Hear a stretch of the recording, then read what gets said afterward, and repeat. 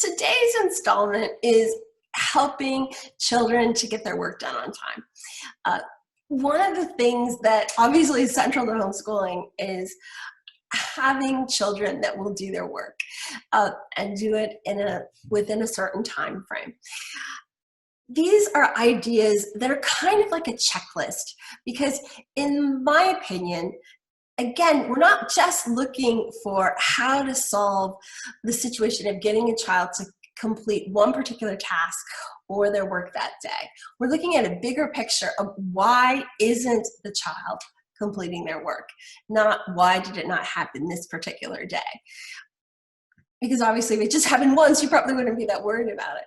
So a lot of these ideas are almost like a checklist that you can go through and think to yourself, like, again, I'm trying to put together the puzzle of my child and getting my child to that point where they're switched on, they're open, they're ready to learn.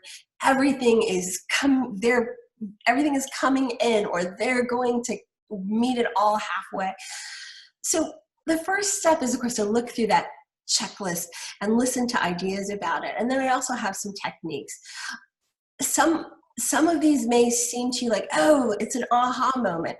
Others may not. But I'm hoping that you'll find it useful in your journey for homeschooling and finding what works for you. Hello, friends. We're back again. And today's topic is what happens when your child won't do their work? This is actually one of the biggest questions that people ask me. And of course, as I mentioned before, I have been running small and larger homeschooling programs for over 2 decades, and it just never goes away. I mean, this is the key thing, is can you get the child to do their work? And so over the years, I've kind of looked at it in different ways, but for the last 10 years, I've looked at it as sort of a checklist.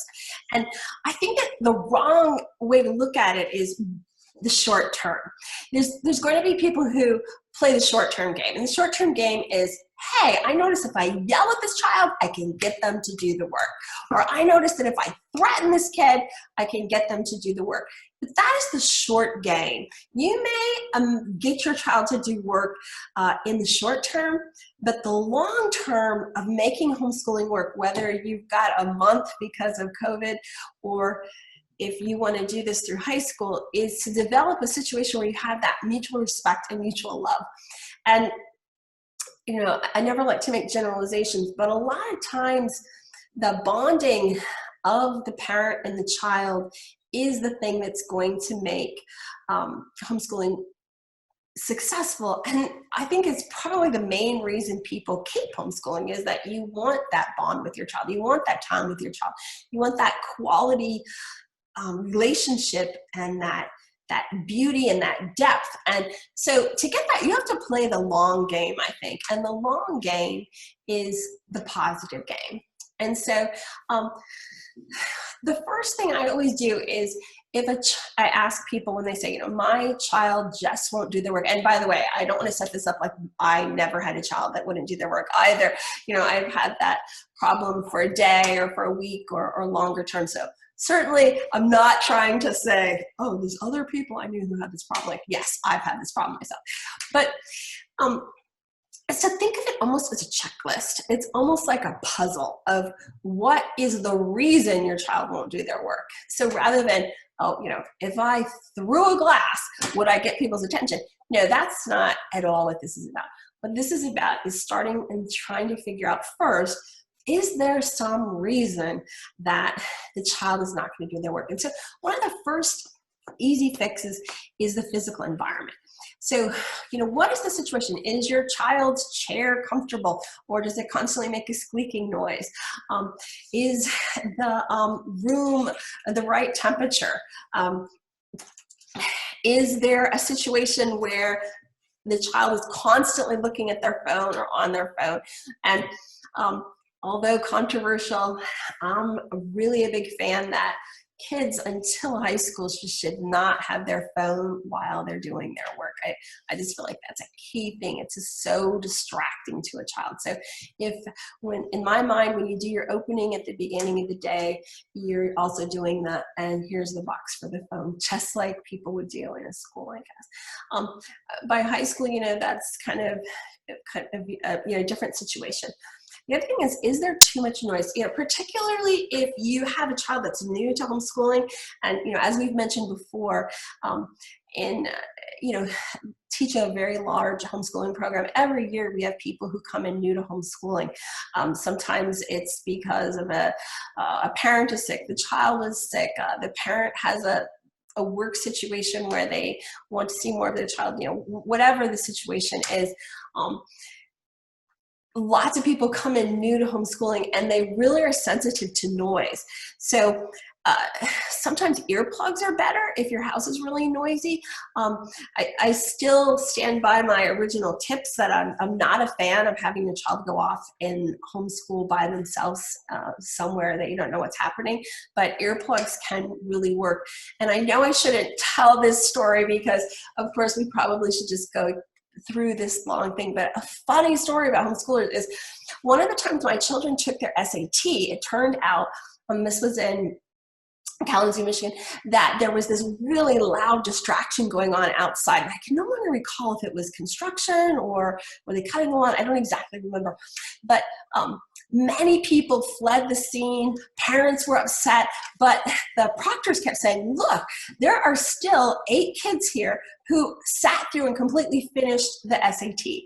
And it's a longer story, but it eventually becomes clear that the only kids who finished were the homeschool kids. And that's because, of course, they're used to the toddler, they're used to the dog barking, and it became kind of a thing where the homeschool families were like, they took the test, we want the test. And the SAT thinking, we need to either cancel everybody's test or as long story. But anyway, the thing is that as kids homeschool, many kids get used to noise, but when people are new to homeschooling, a big thing turns out to be noise. Are your birds singing? Are your dogs barking? Is your neighbor over there? Are you talking all the time? You don't realize. So really noise is a big thing when people are new to homeschooling. Sometimes a kid just needs a different place to work. As you probably realize, I'm a really big fan that everybody stays in the same room or at least in the same floor. Until high school. And even then I want them part of the day in with everybody else, but that doesn't work with everybody. And if you have a child who's constantly poking the other child, or you have a child who just really delights in rolling their pencil endlessly down the line, you may need to get your kids farther apart into a different actual space.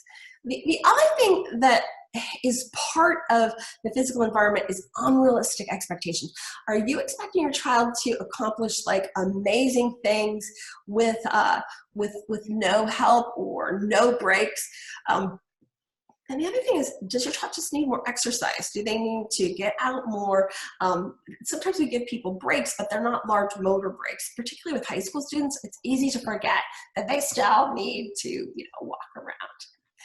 Renee, did you want to add to that first part? Yeah, I would add, I'd really like to emphasize that the point that we really are playing the long game. And these habits that you establish now are for the good of each of your children and each member of the family, you as their teacher, as their coach, as their facilitator, to establish these patterns. And while you may have to cater and make some special accommodations for a child who may have some special needs or some special learning styles in that environment, in my case, I've had some of my children have sensory processing disorder. So even hearing a faraway lawnmower can derail their concentration and be a setback to that day's lesson. But at the same time, you really want to, as Helen said, the homeschoolers are the ones who can go into the SAT and not need it to be completely silent, because they've learned that they still have to do their work regardless of environmental things that may be going on around them, that crying baby, that barking dog, those dad comes home from work early, mom gets a phone call, something that's unusual. When you set up these patterns, they can continue to work regardless of the environment. But you do want to look at and make accommodations in that way if you know that they have an issue, and they're not able to complete their work, or it's not up to your expectations that day. You can account for the fact that their big brother was had a big recital and was playing the French horn all day, which is unusual. So these environmental things may change from day to day based on what's going on in your home. So your expectation for one day may be a little different than your expectation from another day. And as much as you try to control those environmental factors, you can't always control all of them. Thanks, Renee. That's really true. The other thing is just a basic health check. If your child is at school, you have another person possibly who's noticing patterns that now all fall on you. If your child has a hearing issue and needs to get the wax cleaned out of their ears, if they need glasses, that's going to fall on you to notice, are these part of the issues? As you'll notice in the very first time I talked about, I really stand by the idea of an opening to every day. And part of that opening is an emotion check. Is somebody really off for the day? Is somebody stressed about something? Is somebody angry? Whatever. And of course, I being me, that didn't mean you talked about it for an hour, but we still would acknowledge it and move past it. Sometimes when things build up and build up, if the child is sitting there simmering for the first hour, they may not accomplish very much. So I just always felt like it was good to try to get that out. But also you can start to notice patterns. Do you have a child that every day, I don't know, thinks the world is going to end? You might start to think, well, maybe they need some counseling. Maybe we need some outside help from our pastor or a psychologist. Poor diet. Did you, because we're so excited to get started for homeschooling, did you throw your child a candy bar for breakfast? What happened? Are they somebody with low blood sugar that needs a little bit of snacks? Did they not get enough sleep? Were they so excited about the book you gave them they stayed up reading all night long? Another thing is kids who are spending, in my opinion, I've seen this both with my own kids and my students in at consortium, is sometimes kids who are just on the screen too much start to kind of be fuzzy from that. And so sometimes just really cutting that down, like, is your child just like, has their brain turned into one big war computer game? Do you need to kind of pull back on that? So those are some things to kind of check through. And the next thing I'm going to go into is reward work completed on time. So part of playing the positive game is, in my mind, is as both a teacher and as a parent, is not just noticing when your child is doing something wrong. And it's really tempting in our busy life to just like correct what's wrong. But if instead you can get into the habit of noticing what's right, and not like every second so that it doesn't mean anything, because I think you still want it to be meaningful. But whether it's when they've done their workbook that you quickly are checking through, you write a star on there and say, like, you really did your best, or great job on the spelling. So it can be something written, it can be something you say, it can be a nod, it can be a thumbs up. But the thing is if you have many children, they are noticing, wow, what's going to get me attention is positive behavior. Because it's very easy for a child to notice that a child engaged in negative behavior is getting all your attention. And of course, nobody's perfect at this. I certainly make mistakes too, but I'm always trying to self-correct myself. And this is happening to me now when I have 4 kids home from college doing online college. I caught myself the other day playing the negative game with one of my children. I was like, oh, stop, after all this year. So, I think we're all always trying to improve that. But if you can teach yourself to reward the positive behavior, and not like in an over the top, super sugary fake way, but like in a genuine, this is real, this is genuine, you did the right thing, and it's a great thing. I think that's really the very most important thing. But the second tip is that a child can earn playtime. So when they're younger, this could be just that on one day of the week, or it could be every day of the week. People who are done who've done all their work can earn more time to play. So for example, they don't have to do the chart, their chore for the day. They earn some more time to do whatever they want. You can have, for younger kids, a special treat box that just has small things in it. It can be erasers, it could be a pencil. It's an immediate reward every day, and what you can get if you finish your work on time is some little prize. As your kids get older, I found a sticker chart was really great. And again, maybe this is, my kids really liked everything on the walls. I'm starting to think about it. But so it can just be up there. It's got their name on it, and you just put a sticker on there. I've also done it as I got older, just to get a book. And it was just a book at the end of the day, and just put a check. And when a certain number of points happen, you get something. You could be working for something monetary. We often worked for like a special weekend thing that they wanted to do. It could be going to, when we lived in Michigan Adventures. It could be going to, oh, Renee, what's that place near Saratoga called? Or no, near Lake George. You know what I'm talking about? Oh, well, anyway. Water park? Something like that.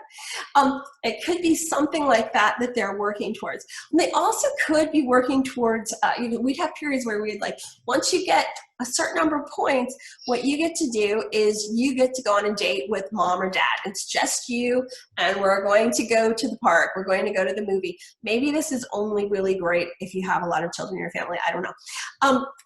You can also earn a chance to make choices. So it could be that on this particular day, if you got your work done all week, you get to pick exactly the menu for dinner one night. It could be that you get to pick your own prize, and it's something you really want, and the longer you work, the bigger the prize. You can also pick the family night activity. But the idea behind all of these is that if you get your work done, you get more choices. Because what the big point I kept trying to tell my children is, a strong work ethic, finishing your work on time. This, in the real world, this is also going to get you positive responses. And so I'm trying to teach them that getting their work done earns them more choice, more positive information. Did you want to say anything about that, Renee? Yeah, I'd like to add, I really like this, this tip and this strategy.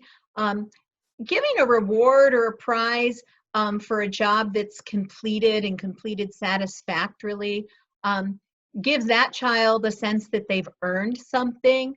It can also help negate any roadblocks or challenges that came up that day. Maybe there were some setbacks. Maybe they were lagging off in the morning, and and with younger children, that concept of time and dawdling and not realizing that they had 45 or 60 minutes to get those math assignments done, and it's turned into 90 minutes. They still have the rest of the day to turn it around and get that prize. It's really a great motivator, and perhaps maybe you were playing the negative game a little too much that day, and you were impatient and bossing your children around to get them to do what you wanted them to do. When they do finally complete it and they earn that reward, it makes a happy end to the day, and it makes it a lot easier to forget those struggles or that strife that you may have had. Offering rewards, I find, is a great motivator for my children in my homeschool. And later, when we talk about joining homeschool groups, I often use prizes and extra credit as a motivator for doing some really hard tasks and doing some advanced coursework. And every child likes some sort of a prize. Once you figure out what that prize is to them, whether it's extra time playing outside with their big brother, or watching that movie on family night, or making that dinner, I found it very surprising how motivating it is for my 5 boys. And I'd like to say, when you have 5, my boys are all close in age. They're within 2.5 years of each other. So negative habits can feed and bounce around and boomerang off one another pretty quickly. But also, so can those rewards. If only 2 out of 5 earned their reward at the end of the day, and you are tough and you stick to that reward strategy when the other 3 are having to complete their assignments and they don't have that reward, things shape up fairly quickly the next day. And it turns out positive, and it's almost as though they have something to brag about in some respects. I got my work done, I earned this reward, I'm so proud of myself, and my mom is happy, and my dad is happy, or whoever's in the house that's coaching them on their homeschool. I think it can really turn a lot of negatives around when you offer that incentive. Thanks, Renee. Kids are really different, and I'll probably say this story more than once, but my 4 oldest children really did not give me much trouble ever about homeschooling. Everything went along really smoothly. They were enthusiastic. I was enthusiastic. We're all on the same page. And then as I adopted first one and then a second daughter, I imagined that I had done a fair amount of work, but really in hindsight, I realized that they very quickly became part of our ideas about homeschooling and fit in very smoothly. But when I adopted my 2 youngest boys, who, by the way, this isn't a terrible story, they don't end up in jail and terrible. I mean, they are wonderful young men. They are at Gordon College. One is a graphic design and one is pre-med, and they are marvelous. But they really were so difficult that homeschool groups fled from them. Renee and I became friends because Renee was one of the people who would always find something positive to say about them. Their hobby was breaking things. So even though they have turned out so amazingly wonderful, I really had to think of different strategies for them. And I think that if I had only had my first 6 children, I would probably be thinking that, I was the queen of the world of ideas. But having made it through with my sons, I realized that different people are up against really different challenges. And so I don't know, I hate to say developed it, but certainly I think I'm the first person I know of that, I think I developed it, but maybe I didn't. What I called the 30-30 schedule. And this was the idea that they were going to work for 30 minutes where it was going to be really chop, chop, chop, chop, chop. It was all exactly planned out. I was totally with them. And then they were going to have 30 minutes of free time where they were going to actually go outside. One of the things they loved to do was just to go outside and scream for long periods of time and then come back in after 30 minutes. And one of the schedules that I'll show in 30-30 is a kind of modified schedule about that. So one thing, if you have a child that's just really resistant, is breaking it up into shorter pieces where you can completely get their attention, and they have the safety of knowing, okay, I just have to pay attention for this long, and then I can have a long break. So a schedule like that may really change things. Even if you don't want to do a 30-30 schedule, if you want to do like a 60-30 schedule, some kind of a schedule that has many more breaks than maybe you would have anticipated would work. And I know this is a counterintuitive idea. You may be thinking like, oh my gosh, we'll never get anything done then. But if you have a certain kind of child, I think you'll find, like me, the first day I did the 30-30, I was just like honestly, like about the second time they went out to play, I was just doing my happy dance around my house because I was thinking like, oh, I finally found something that will work. So really give that idea a try of more breaks. The other thing is that you may need, with a certain person, to assign fewer problems in a workbook. So for example, it may seem surprising to you, but your child still will know how to use a semicolon if you do half of the problems, but you're sitting there with them because they're focused on it and you're still getting the idea to them. So with this certain person, if you have a child like this, you might be really surprised to find out that you could actually do fewer problems, but be doing them in a really focused way so that you understood that they knew what was happening. You also might need to break things up. So when you look at my 30-30 schedule, you'll see that math, which was the biggest challenge, although, my boys ended up going through to calculus, I had to split it into 2 sections, which again seems really counterintuitive because you think, oh, but we want to have a flow. But if you have a certain kind of kid, actually breaking those hard topics up might surprise you. Did you want to add anything to that, Renee? The idea of breaking the work into smaller pieces? Yeah, I would say that Helen and our lives parallel each other's in certain ways. And I had a very similar experience with my older 2 students, my older 2 children who almost homeschooled themselves. They were a joy every minute to homeschool. They completed their work. They had very predictable patterns of learning, were able to follow instruction, managed all of their supplies and their textbooks and their toys very appropriately for the purpose that they were made for. And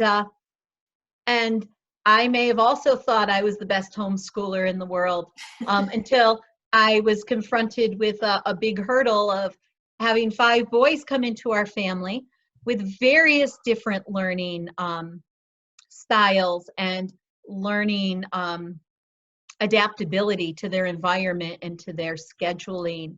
My younger children had started out in public school. They were adopted and I wasn't permitted to homeschool them at first. So they were very used to that structure of a public school day, the 2 or 3 older that went up through first grade. And then when they came home, they had to learn a new style of learning at home, a new type of schedule, a new environment. And things were very different. And my younger boys they love to challenge what we're doing, why we're doing it, why should I do it? I don't want to do it. These are a lot of roadblocks that come up during our day. And that's why we really emphasize this long-term game that they, with your scheduling, with your environment, with everything you're putting into them, that it may seem tedious at first, but setting it up and sticking to it and finding out what works is going to make it smooth and more joyful as you go along. And scheduling for highly motivated, independent children is going to be much different than with children who struggle and may have some learning challenges that are real roadblocks to them having success that you're working with. And you have to come up with other ideas. And it may not be conceivable for them to sit 4 hours doing school and then have a lunch break. You may have to schedule more breaks and get more focused time in shorter periods of time with them. And to be encouraged that even these sons of mine who, I was standing them on my head to get through math, they came around and did calculus. So the thing is that where you are in a moment isn't where you're going to be at the end. And that kind of leans into, does the child need something different from the parent? So, a big thing is more variety. I was listening to a podcast about COVID, and I was trying to remember the name of an astronaut, but even in space, he was saying they were interviewing him about, isolation in space versus here. And it's interesting, one thing he came up with, more variety, is that changing just a little thing makes your day go a lot faster. And of course, we have a whole thing on centers about that. But does your child have enough variety in their day? Do they really need a homeschool group? Do they need different things to happen?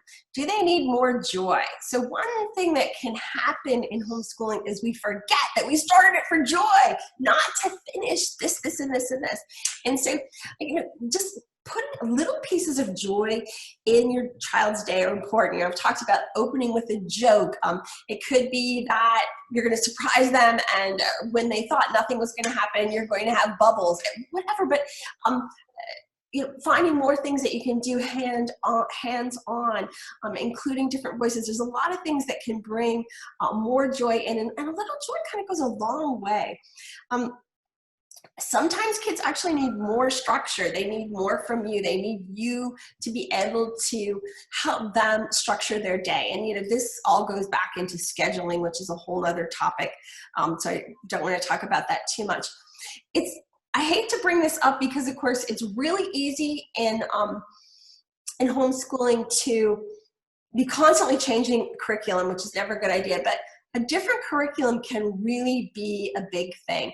Some curriculums that become extremely popular in homeschooling are really for a particular kind of child who would have thrived no matter what you threw at them.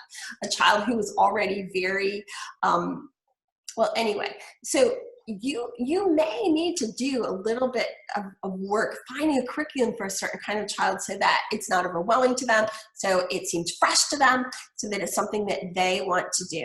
And the last thing is more learning style appropriate activities. One advantage that we have now is that we really understand the research that not everybody learns the same way. So if your child is very visual, then maybe you just I never had a child like this, but there's people who are like, oh, I just gave them the workbooks and they taught themselves. But a lot of kids need more audio. I have a daughter that I actually bought a headset and tape recorder for, so that she could just hear people giving, and she really liked that. She really liked the audio. A lot of kids really need kinesthetic, doing hands-on stuff. And that was something that most of my kids were really wanted to happen. So thinking about, is there a different way that this material could be presented that would pull your child in? So these are kind of all things that are more things that you're doing. And then, although I really want to emphasize the long game and the positive game, my one little section of negativity is helping child understand the natural consequences. So basically, when I tried as much as possible to make the negatives things that I would relate over and over again to the child, of this is part of life, this is going to happen to you in your future job, this is going to happen in college, whatever your future is. And so for my children who just could not focus, what I did was got a stopwatch, and we wrote down, we didn't have to do this very often, but we just stop it and stop it and stop it every time they were staring out the window or chasing the dog or wouldn't sit down. And just to show a child a couple times how much time they've wasted, and to show them you really could have been done this much earlier is a powerful thing. You have to do it in a way that's not annoying, though. You don't want to do it in a way like, I'm punishing you with the stopwatch, but more like, hey, I just think you might want to know this. I think that's more powerful. A child who realizes that they're going to miss out on the fun activities will often become motivated. So for example, I still think it's really important, people would disagree, but I still think it's important to kind of stop for dinner. Of course you still have dinner with the child, you still love the child, but then when everybody else is watching a movie, or everybody else is playing chess, or everybody else gets to go play at the neighbors after dinner, and your child is still doing their work, a lot of kids will eventually kick into the idea that they are causing this to happen and making themselves lose out on stuff. I think for this to work, it's really important to not make it if you can, I mean, it's very hard to do this, but rather than being like super negative about it, but just say one comment like, oh, I'm sorry you didn't get your work done and you're missing going over to play. You don't have to you don't want to get it to become like a conflict with you and the child. In my opinion, the way this works best is just the idea of like, you made this happen, I feel bad for you. And that, I believe that works better.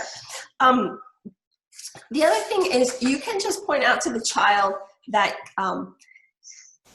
if they still don't get the work done, that they're just going to be behind everybody else. And whenever everybody else is free to go start their summer vacation, that they'll still be doing work. One time I actually had a child miss a spring break ski trip with the relatives because they were so far behind on their work. And of course, going up to the time, I kept saying, if this doesn't get done, that was probably going too far, but it did work. But I probably, I don't know if I should have done that. But anyway, it gives the idea that there's consequences. And again, if you can frame this in the term not of like, this is against me and you, this is instead of like, this is the result of your actions. The work still has to get done. Again, if it's an older child in high school, I would really just, if a child just can't get their work done, I would just go back to, you just can't have your phone until your work's done. You cannot go play computer games on your whatever. You cannot do anything like that till it's done.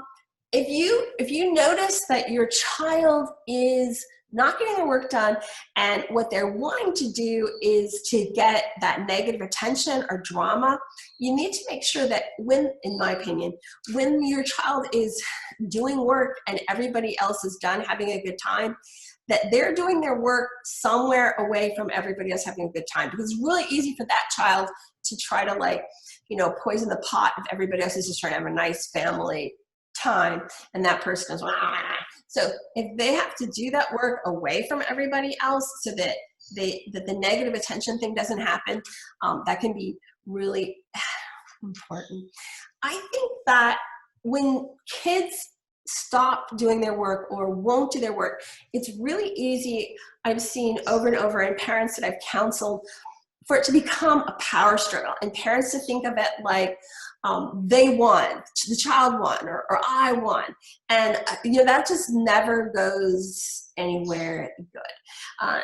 I'm going to say this many, many times, but I feel like you lose and your child wins when you become upset, you become agitated, you become angry, because you're then showing your child that they have the power. They have the power to get you upset. They have the power to derail everybody's day. They have the power to make their other siblings who are trying to have a happy homeschool day affected. And this is too much power.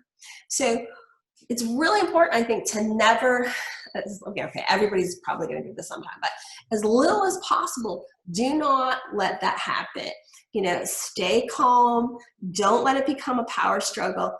But just keep telling that child this, not 20 times a day, but this work will have to get done. So it's your choice if it happens now, or you're still doing it after school, or you're still doing it all summer long. And again, this is after you've checked everything else, right? Like you've already checked these other things, but you're saying these things. The other trap, I believe, is the negative attention trap, where, I'll hear from people, Freddie just wouldn't get his work done. And so every night, I want to be enjoying time with the other kids, but I'm spending it with Freddie trying to get his, no. I don't think that's ever a good idea. If the child hasn't got their work done independently that they were supposed to do, I would never go help them when you could be enjoying the family time or your free time. It's their job to try to finish it then. And if they can't, it just goes into the summer, because that's also a powerful thing for them of like, I have you just to myself and I'm going to just keep giving you grief the whole time.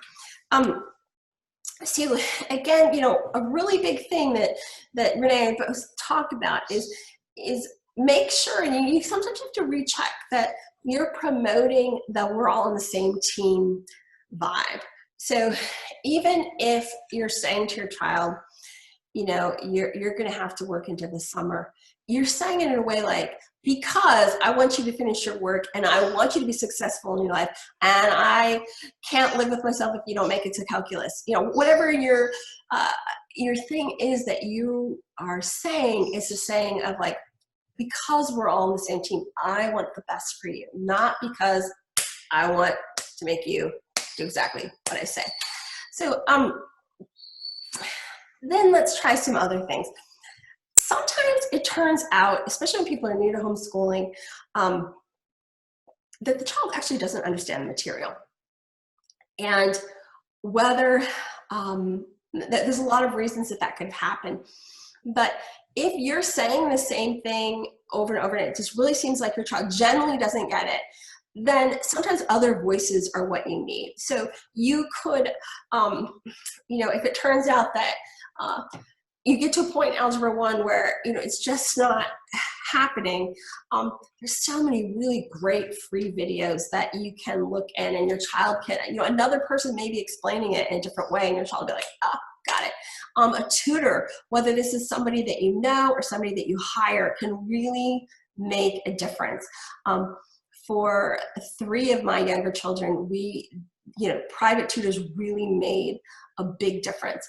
The other thing is what I call jump back to build up. So sometimes you have to actually go back a little bit and make sure the child has an earlier concept so that they can actually build up on another one. So, you know, if you find that you get to a point where you're thinking like, oh my goodness, like this just isn't working, then again, it should never be the goal to just finish the book. In my mind, the goal should be that the child really understands that can go to the next level of understanding. So sometimes it's really the case that you need to go backwards a little bit. Oh, then I'm comfortable with this. Yeah, I get this, and then rebuild. The other thing that is sort of a touchy topic, especially when I'm talking to other parents, is does your child actually read below grade level? And sometimes the reason a child really can't get through the work is they are just not reading well enough. And sometimes parents don't really even catch it that this is happening. But if that's the case, you can make sure that you, in the time you're one-on-one with your child, that you're actually reading through the directions with the child, and you're going to ask more questions than you might ask another child to make sure that they actually do understand what the directions are. Because it's so frustrating to not know what's expected of you. And that can very much lead to derailing the ability to complete your work, right? Another thing that you can do is, you know, if your child is supposed to read a chapter of science, is that you read a page and then they read a page. And this is a great chance with an older child to still catch reading discrepancies or vocabulary or whatever it is that they didn't quite get. You know, nobody has to do this. Well, maybe some people. I've rarely ran into a parent who had to do this for years, but a lot of parents later will say, wow, I did that for 1 year and that made such a difference. Thanks for suggesting that. And again, with the reading, you may have to jump back to leap forward. And this works either way, whether you went a whole language reading route or you went a phonics reading route. Sometimes, you know, it could be that your child learned to read on like a really basic level, but you quit doing the read aloud too early for that particular child, and that child really didn't keep progressing. So going backwards, reading some books that are too easy, doing more reading aloud, or reading silent of books that are a little too easy, and then building up can happen, because pretty much all homeschoolers believe their children to be brilliant. And so there can be a real temptation to throw something at them that is just too hard for that particular child. The next thing I'm going to call the big talk. Particularly with high school students, sometimes it's really important to just have that talk with them that, you know, things don't just magically happen in your life. this effort, XYZ, is going to be needed to end up at this point in your life. And to help them think through, like, what are you expecting? What do you think you view happening in your later life? And what's the work ethic that's going to be necessary to get there? The other thing is that sometimes work internships or just work outside of the house can really motivate a high school student who was in an anti-college mode or in an anti-effort mode. Like being a little bit exposed to the real world and what it takes to make money and what money is and how that can happen can have two effects. Like one thing that does happen is sometimes kids will realize, wow, okay, I do want to go to college and I'm going to work harder. But the other thing can happen too. I don't believe, and it's very hard for me to say this, but I don't believe that everybody has to go to college. And everybody went to college in my family for many generations. And I just had to have my children all go to college and get degrees. But that said, I do really recognize that maybe that wasn't really true and then it's not true for everybody. So for some people, starting to learn a trade in high school can be really motivating and can lead to something that's actually a future, really excellent career for them. Another thing is that motivational speakers, you can, in your opening time, start putting in little motivational things of people who accomplished great things or, did inspirational things. Lots of kids do grow out of low effort. Now, this is always frightening and not something that you should do lightly. But sometimes if it's not, at the end of a child's academic career, sometimes you can decide to give a child a couple seasons, a couple semesters, maybe even a couple years to kind of even out. Maybe they're going through something really difficult. Maybe they're just really active. And you have to really think carefully about that, though, because you don't want it to turn out that then your child never actually goes to the next event.